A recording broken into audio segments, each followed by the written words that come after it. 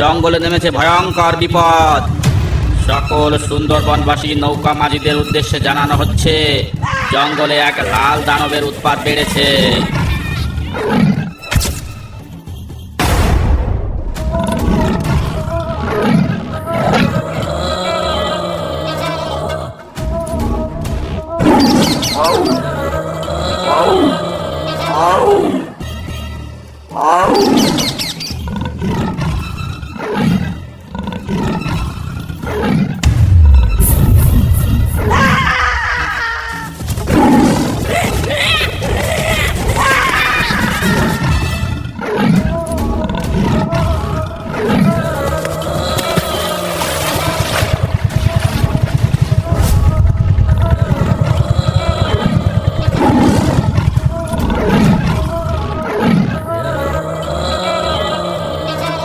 সাবধান সাবধান সাবধান, জঙ্গলে নেমেছে ভয়ঙ্কর বিপদ। সকল সুন্দরবনবাসী নৌকা মাঝিদের উদ্দেশ্যে জানানো হচ্ছে, জঙ্গলে এক লাল দানবের উৎপাত বেড়েছে। কেউ কোনো পর্যটকদের নিয়ে ঝড়খালি থেকে মরিচঝাপি রেঞ্জের মধ্যে প্রবেশ করবে না। সেখানে পর্যটক ও মাঝিদের জন্য জানের ঝুঁকি আছে। ওদিকে যাওয়া কিছুদিন বন্ধ রাখতে হবে। যদি কেউ এই রেঞ্জের মধ্যে ধরা পড়ে, তাকে নৌকা সহ গ্রেপ্তার করা হবে, সঙ্গে 500 টাকা জরিমানা করা হবে।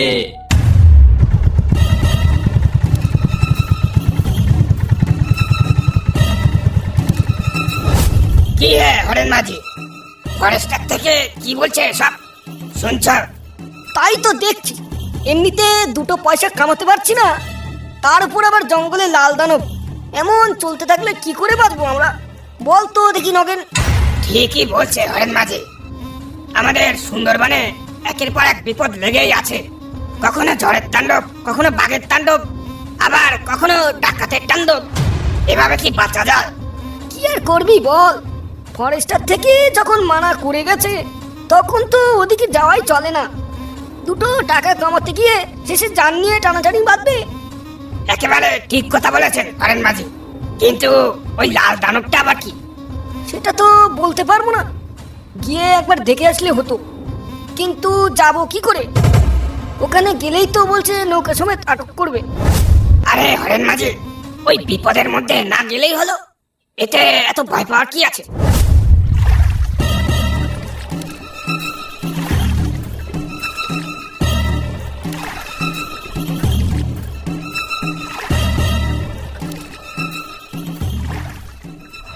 এই মধু, কোন দিকে যাচ্ছিস তোরা মাছ ধরতে? আমরা ঝড়খালির দিকে যাব বলে বেরিয়েছি। এই দুজন মিলে ঝড়খালির দিকে যাচ্ছিস? তোদের সাহস তো কম না। একজনকে বাগে ধরলে আরেকজনকে বাঁচাবে কি করে? ঝড়খালির দিকে এখন যাস নে, ফরেস্টার থেকে কিছুক্ষণ আগে মানা করে গেছে। ওখানে এখন বেশ কিছুদিন ধরে যাওয়া মানা আছে। কোথা থেকে জানি একটা লাল দানব ঢুকেছে ওখানে। লাল দানব? দানব আবার লাল হয় নাকি? কি বলছো এসব মাঝি ভাই? গাঁজা টাজা খেয়ে আছো নাকি? হ্যাঁ, লাল দানব বন্ধ করো তোমার এই গাঁজাখড়ি গল্প, এসব আমরা মানি না। আমার কথা শোন মধু, মরিচঝাপির দিকে বা ঝড়খালির দিকে এখন খুব বিপদ, তুই বরং অন্যদিকে যা। আরে মামা চুপ করো তো তুমি, লাল দানব যখন বললে তখন তো দেখতেই হয়। যাই দেখি, গিয়ে দেখে আসি সে কেমন লাল দানব। এই লাল দানব আমি না দেখে ছাড়বো না। যা যা মুরগে যা, আহাম্মক কোথাকার। যাবই তো যাবই তো, তোমার কথা শুনে বাড়ি গিয়ে ভয় পেয়ে না খেয়ে বসে থাকবো নাকি? রাখো তোমার লাল দানব, আমি গেলাম।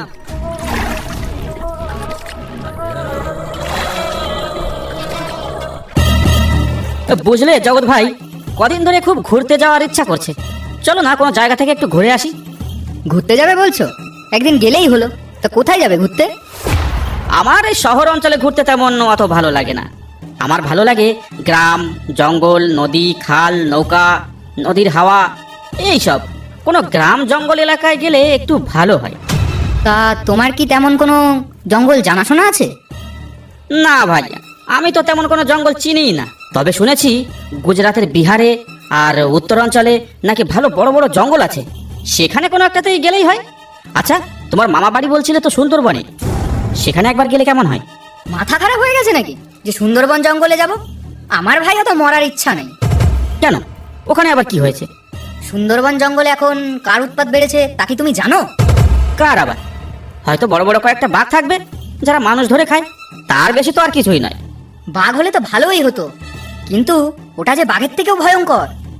মামা কাল রাতে ফোন করে বলেছিল। কি, বাঘের থেকেও ভয়ঙ্কর? ও, এটা শুনে তো আমার কৌতূহল আরো বাড়ছে। এবার ওখানে যাওয়ার ইচ্ছেটা আরো বেড়ে গেল। বুঝলে জগৎ ভাই, চলো না একটু সুন্দরবন থেকে ঘুরে আসি। না ভাই, আমি ওখানে যাব না। ভেবে দেখো জগৎ, সুন্দরবন আমাকে নিয়ে গেলে তুমি যত পারো তত মাল খাওয়াবো, তাও আবার বিদেশি। আমাকে বিদেশি মদের লোভ দেখিয়ে তুমি সুন্দরবনে বাঘের মুখে নিয়ে যেতে চাইছো? আমাকে দেখে কি তোমার মাতাল মনে হয়? আরে অত ভেবো না তুমি, অ্যাডভেঞ্চার সবার জীবনে দরকার। ঠিক আছে, এত করে যখন বলছো তাহলে চলো একদিন। তা কবে যাবে বলো? কালকেই। কালকে? হ্যাঁ, কালকেই। ঠিক আছে, তাহলে কালকে সকাল সকাল রওনা দেবো। আজ তাহলে এলাম আমি।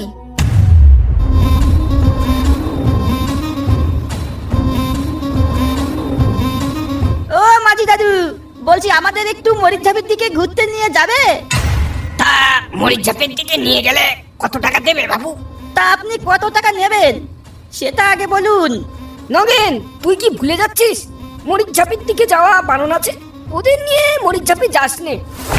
ওই জঙ্গলে কিন্তু লাল দানব আছে, ওর পাল্লায় পড়লে কিন্তু আর রক্ষে নেই, একেবারে হাড় মাংস চিবিয়ে খাবে। আরে রাখো তোমার বিপদ। এই আপনি চটপট উঠে আসেন তো নৌকায়। দাদু, ওখানে কোনো বিপদ হবে না তো? আরে ধুর, আমি আছি তো, হয়তো ভয় পাচ্ছিস কেন? ভাগ্য ভালো থাকলে ওই লাল দানবের সঙ্গে আমাদের দেখা হয়েও যেতে পারে। ঠিক আছে, চলো তাহলে।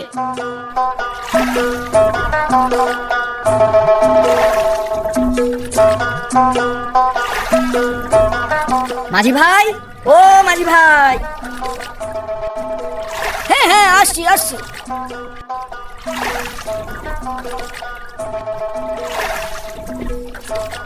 তা কোথায় যাবে বাবু তোমরা?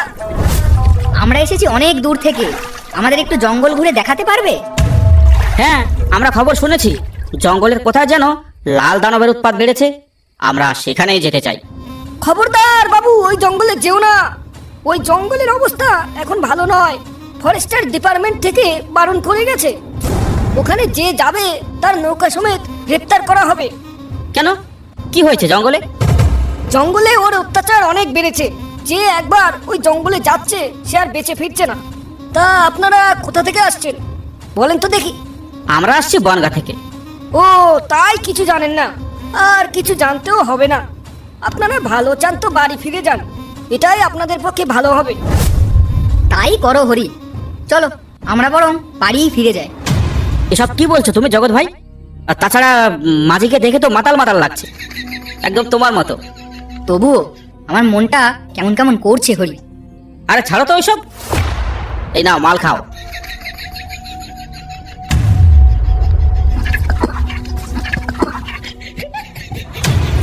কি মাঝি ভাই, তুমি একটু খাবে নাকি বিদেশি মদ?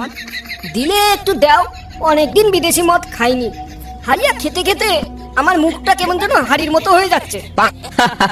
এটা তুমি দারুণ বলেছো, হাড়িয়া খেতে খেতে তোমার মুখটা সত্যি হাড়ির মতো হয়ে যাচ্ছে, আর বুদ্ধিটাও তেমন হাড়ির মতোই হয়ে যাচ্ছে।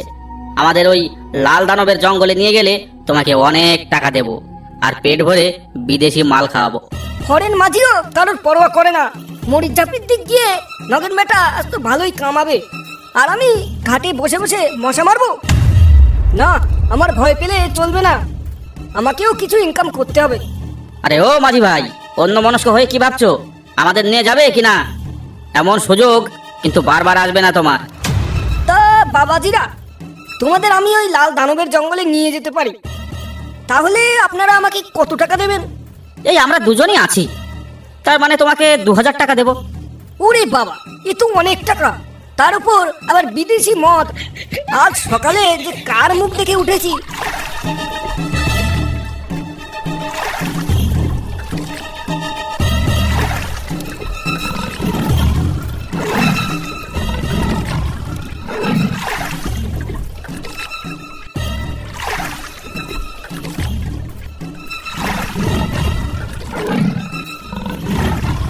এই নাও বাবুরা, এই সেই জঙ্গল, এখানেই সেই লাল বাঘ থাকে। কিন্তু বাবু, দয়া করে পারে যাওয়ার চিন্তা ভাবনা করবেন না একদম, তাহলে কিন্তু জান নিয়ে ফিরতে পারবেন না। পারে যাব না মানে? অত দূর থেকে ঘুরতে এসে জঙ্গলের মুখে এসে ভয়ে পালিয়ে যাব? কখনো নয়। দেখেছো জগৎ ভাই, কত সুন্দর নিলিবিলি জায়গা। চলো না ওখানে গিয়ে একটু প্যাগ মেরে আসি। ওরে বাবা, জঙ্গলের ভিতর ঢুকে মাল খাবে বলছে?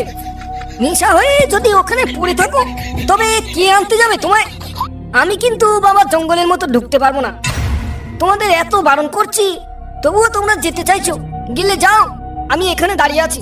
আরে হ্যাঁ হ্যাঁ, তোমাকে যেতে বলছি না আমাদের সঙ্গে, তুমি এখানেই থাকো, কিন্তু চলে যেও না যেন আবার আমাদের রেখে। আর এই নাও 1 বোতল বিদেশি মাল, তুমি এখানে নৌকায় বসে বসে খাও, আর আমরাও একটু ভেতরে গিয়ে নিলিবিলি আয়েশ করে খেয়ে আসি।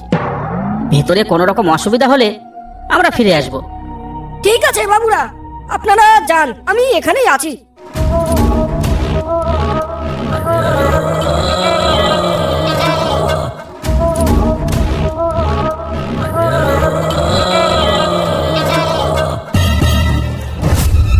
হরি, এই বিপদের মধ্যে এতটা রিস্ক নেওয়া কি ঠিক হবে? আরে জীবনে রিস্ক না নিলে হয় নাকি? হতেও তো পারে সবাই মিথ্যা কথা বলছে, বা এখানে বাঘের ভয় দেখিয়ে কোনো 2 নম্বরই কাজ চলছে। ব্যাপারটা যদি আমাদের চোখে আসে তাহলে কিন্তু আমরা সবার চোখে হিরো হয়ে যাব, সেটাও একবার ভাবো। আমি যেতে পারি, তবে তোমাকে আমার আগে আগে থাকতে হবে। আমি তোমার পিছনে পিছনে থাকবো, কারণ লোকের মুখে শুনেছি আগে গেলে বাঘে খায়। আরে হ্যাঁ হ্যাঁ, তুমি পেছনেই থেকো, আমি ভালো করেই জানি তোমার বুকের পাটায় অত জোর নেই। আচ্ছা চলো তাহলে, তবে একটা কথা মাথায় রেখো, বিপদ বুঝলেই কিন্তু আমি পালিয়ে নৌকায় চলে আসবো। আচ্ছা ঠিক আছে, চলো তো এখন।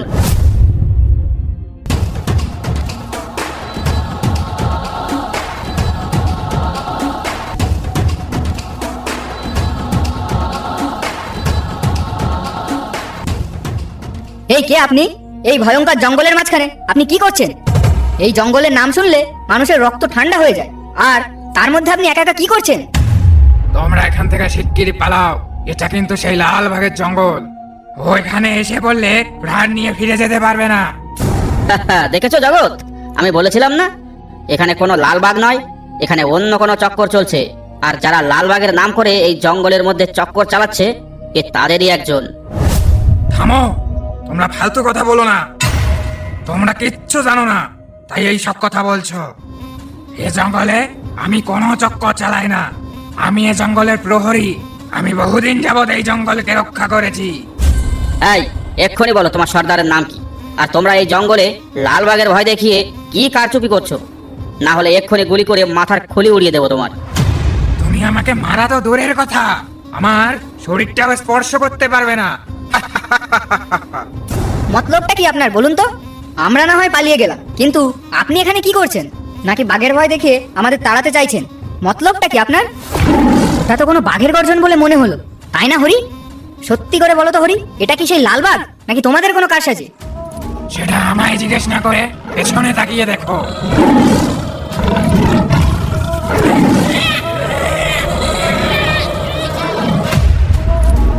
ছেলে দুটো গেছে তো অনেকক্ষণ হয়ে গেছে, কোথাও কি মাল খেয়ে পড়ে আছে নাকি?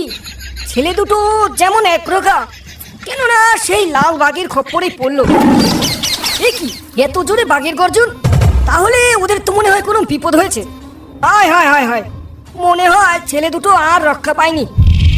এই তো একটা ছেলে এদিকে ছুটে আসছে। মাঝি ভাই এক্ষুনি এখান থেকে চলুন, আমার বন্ধু হরিকে মেরে ফেলেছে ওই লাল বাঘে। তাড়াতাড়ি উঠে আসেন বাবু, তাড়াতাড়ি উঠে আসেন। আমি বারবার মানা করেছিলাম ওদিকে যেতে, তাও তো তোমরা কেউ আমার কথা শুনলে না।